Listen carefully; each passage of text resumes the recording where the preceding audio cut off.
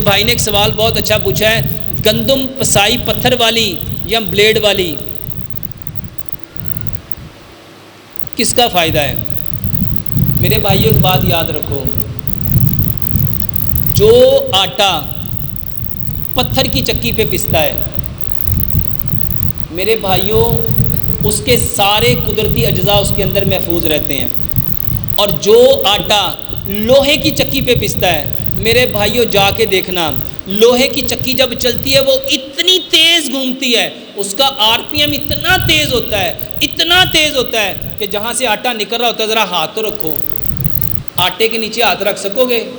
میرے بھائیوں وہ آگ کی طرح، اب سوچو جو آپ کے ہاتھ کو جلا دے وہ آٹے کے اندر کے جو غذائی اجزاء ہوں گے ان کو چھوڑے گا؟ ان کو چھوڑے گا؟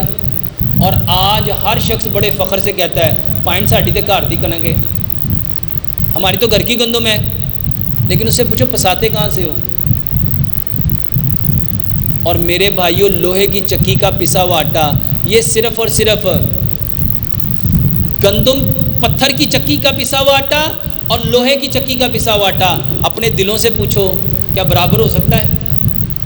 میرے بھائیوں پتھر کی چکی کے پسے ہوئے آٹے کے اندر سوجی بھی ویسے ہی ہوگی، میدا بھی ویسے ہی ہوگا، چوکر بھی، اور لوہے کی چکی کے اندر کیا ہوگا؟